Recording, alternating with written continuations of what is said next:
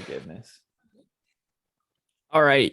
What's going on? It's Fast Cars, Fast Money. We made it to the Wreckfest weekend, which is known as Daytona. It's the last regular season race before the playoffs. So this is it. You gotta race your way in, or you're not going to be a playoff driver. And if you're not a playoff driver for the next 10 races, you're basically irrelevant. So everything is adding up to hopefully a lot of sparks, a lot of wrecked race cars on Saturday night under the lights. And next year, a lot of these teams, or every team, I guess, is going to a brand new car. So these cars don't mean anything to these teams anymore. They don't have to save them. I guess there's one more super speedway race later in the year. But other than that, it's like, win the race or checkers or wreckers. I mean, that's it for all these guys. And even the guys who are locked in the playoffs, like they're still going for playoff points. So with that in mind, it has all the indicators that it's going to be a wreck fest. We are going to tell you how we think you can still turn a profitable day from Draftkings or even FanDuel DFS perspective. And I also want to say we got so close last weekend. We got to 199 subscribers over on YouTube, just one shy of the 200 goal. So if you guys watch this channel, if you appreciate what we do, if you're a regular visitor and you haven't subscribed yet, subscribing really would mean a lot to us. But I guess we'll start with you, Kev.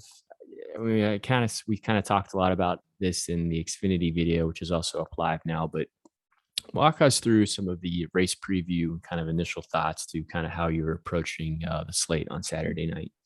All right. So, I mean, I'm sure you guys have kind of heard it all week if you've been paying attention to any other outlets, but the big kind of strategy for these super speedways is to stack the back.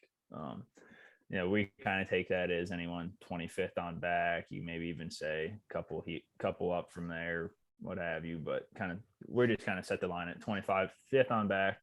Gives you the best chance to get a bunch of that PD as they move up, as other guys wreck out, which is inevitable. But then the main reason is they just offer the smallest chance of hurting your line. If you got a guy that starts 38th and he wrecks out, you're not going to lose any points. You might even gain a point. I think if you play the guy that starts dead last, you still end up with 2 points if he wrecks out. Whereas if you start someone that's starting top 10, they wreck out, you're going to be, down 20, 30 points, and you're definitely not going to cash then. But I mean, I've not like taken down lines, but you can definitely squeak out a min cash if you have a guy or two wrecked out of your line, depending on how high owned they are and just how the race goes as a whole. But now if you have one of those guys, you lose 30 points. I mean, you're not going to cash, even if that's the only guy you have wreck out and you have everyone else is optimal. The other thing is going to be to leave money on the table this week. And Andrew said in Xfinity video, but it's not $100, $200. We're talking $2,000, $3,000, $4,000. If you play multiple lines, play around with that. Maybe you want to have a line or two that you don't leave any money on the table. Some you might leave $5,000, maybe just a couple grand in another line. It's just kind of a way to help keep you contrarian with everyone doing that stack the back thing. Everyone's going to be playing those guys farther on back. So just leave a little money. It's hard for a lot of people to do. So it just kind of helps your line differentiate from the other ones. And then, I mean, we all know there's going to be the big one, maybe multiple.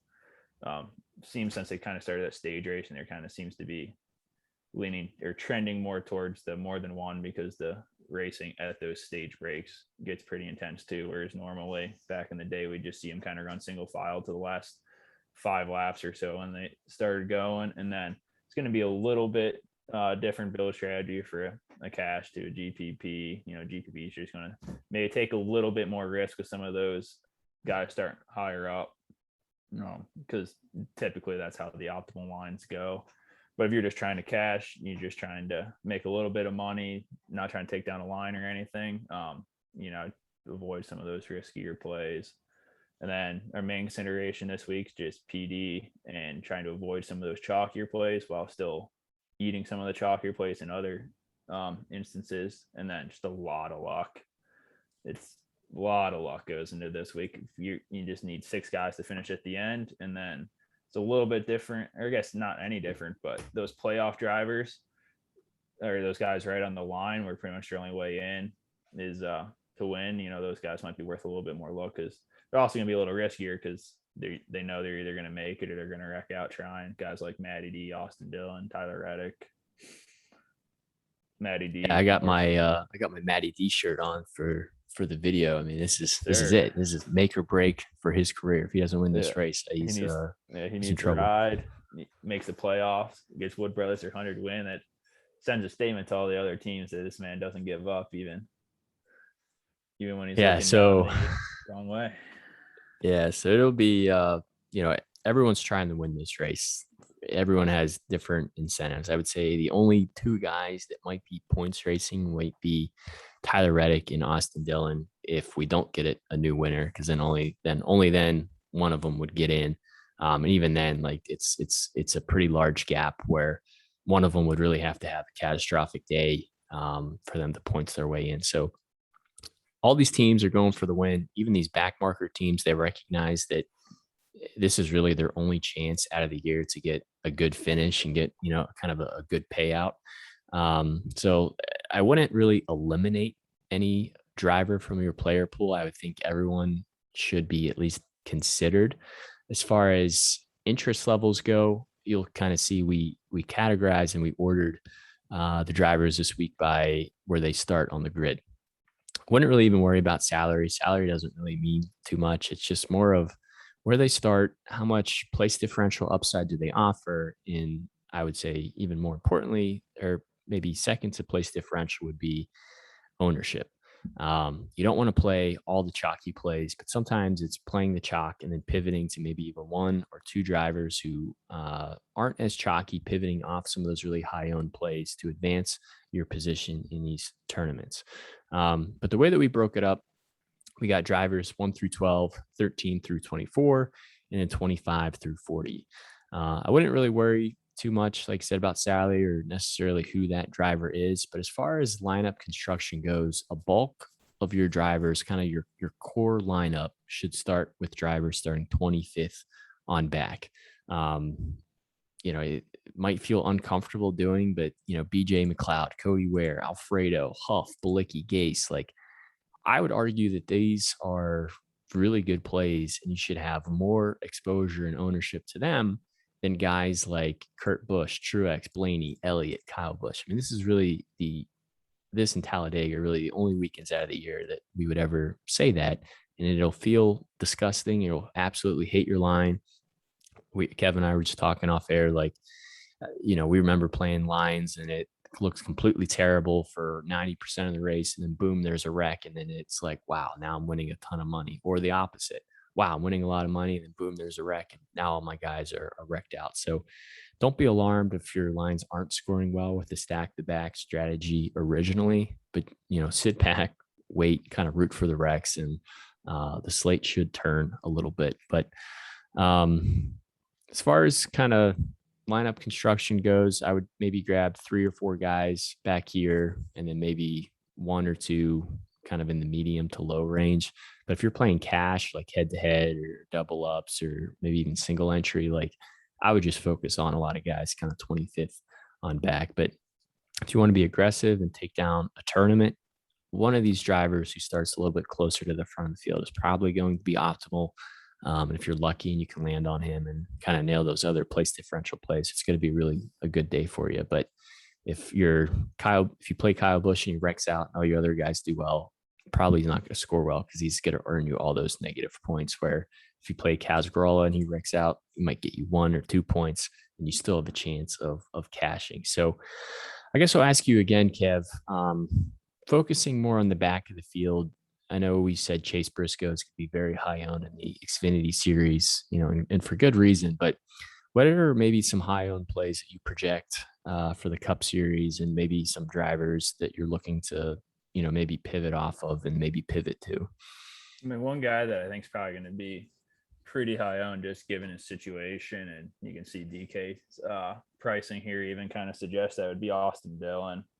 I mean, we know he's a good super speedway racer. We know he pretty much needs to win to get in unless Reddick wrecks out. But I think he's going to be pretty high owned, but I think rightfully so. I know I put a little bit of money on him to as potential winner for this race. So I think it's going to be hard to avoid him. So I think that's one of those chalk plays I might eat if I'm running multiple lines. So definitely probably fade him in one or two in case he does rack out and he's high owned and chalky. On top of that, you kind of got that contrarian where you benefit from that and save your lines that you do have him in. But other than that, it's hard to kind of say who might be super high owned in this because we don't have kind of like a standout like we did in Xfinity. One guy that might be though and probably will be would be Kaz Grala, just because we know he's pretty decent super speedway racer. He's starting really far back, and it's probably going to be one of those guys that just because of kind of where he's at, reputation he has is going to carry a little bit more ownership than you'd expect him to for kind of being one of those quote unquote back marker type cars. Yeah, this weekend, yeah, I mean the super speedway races are kind of like the equalizer where all of these drivers have the same, potential, I would argue, to wreck out. So if a guy, like for example, I think even moving up, and this is a little bit further than the range I asked you about, but I think Joey Logano is going to be very high owned to, arguably one of the better teams in NASCAR. He's a good super speedway racer. Historically, starts deep in the field. Salary doesn't really matter, but he's easy to fit in lines. Like he's going to be really high owned. Whereas a guy literally who starts right in front of him, 21st, huge salary, difference. Not that salary matters, but Eric Jones should come in way under owned than Logano. So if a driver is going to be really high owned, and if he has the same amount of risk or percentage or chances of wrecking out, like don't be afraid to play them, but don't go super aggressive on them either. Like pivot off of some of these really high owned drivers to guys that have very similar upside who are going to be lower owned. That way, when some of the chalky plays on Saturday night are going to bust, like it's just going to happen. Some of them are going to wreck out. It's not going to work out. And if you're able to avoid some of those plays and then play the chalk that does work and get on those low end plays, it should be a profitable day for you. Another thing is no one likes to play these punt ugly plays, the McLeods, the Rick Ware cars, the Quinn Huffs, even David Starr in the MBM car, but don't be afraid to play them. I probably wouldn't stack a ton of them together, but throw one or two of them in your lineups because the ownerships could be really low. And even if they're not with the lead pack, maybe they're going to be so far away that they avoid the wreck. As long as they can just stay on track, they'll keep advancing their position. I'd rather play Quinn Huff, who finishes 30th, than play a Chase Briscoe, who finishes 31st. And it's really kind of what it comes down to. It's just stacking your picks with the majority of these guys starting deeper in the field, and then coming up 24th above and maybe grabbing one or two of these guys, mix and matching. This is a week I'd play multiple lines, and yeah, it's just, I don't know. Is there anything else you really need to say, Kev, or is there anything else we didn't talk about? I can't remember if we mentioned it or not, but I know we've been kind of really stressing this, kind of stacking the back thing, but an optimal lines and just in general, the most likely winner of this race is going to probably be one of those guys that are starting top 15 or top 20. I know a lot of times we see guys that usually don't have a chance of winning these races, but it still does come down to driver skill and ability after the main thing of being avoiding the big one. But most of the guys you're going to see running towards the top are going to be in that better equipment just because they can go with the pack. They have, run with their manufacturer better, or they just have a stronger team that's able to run together and kind of keep that head of steam moving forward. So, I mean, don't be afraid when you're, like Andrew said, I'd run multiple lines this week, but at least one of those lines, having a line where you do have some of these guys that are starting farther forward, toss in like a Matty D or Christopher Bell, some of these guys that are a little bit riskier that have, they'd still have something to prove, like a Tyler Reddick, or have to win.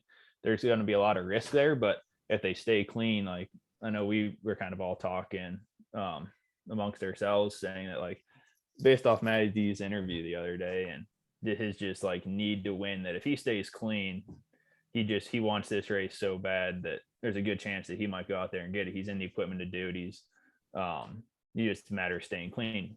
That being said, he's also very risky because of that. But when you're running multiple lines, I wouldn't be afraid to sprinkle in 1, 2, maybe in 3 of these guys that are running a little higher up, just because they do have the equipment and the skill to go out there and win the race as long as they can stay clean. And that's kind of the big thing. Yeah, and it should be low owned too, because I think now people are smart enough where they recognize, like, hey, if I want to do well at these super speedway races, I have to play guys from the back. But it really comes down to, like I said, the place differential and ownership. Dominator points, laps led, fast laps, they don't really matter. Kyle Larson could start first, finish first, and he could still not be in the optimal lineup, because if you're running first, you're probably not running the fast lap. It's whoever's catching the draft. So those are going to be distributed throughout the field. The only chance that one of these guys could rack up potentially a good chunk of dominator points is if, and it's going to happen at some point, all the drivers will run the high line, run conservative. They'll just be clocking laps off, just surviving and trying to get to the end of the race.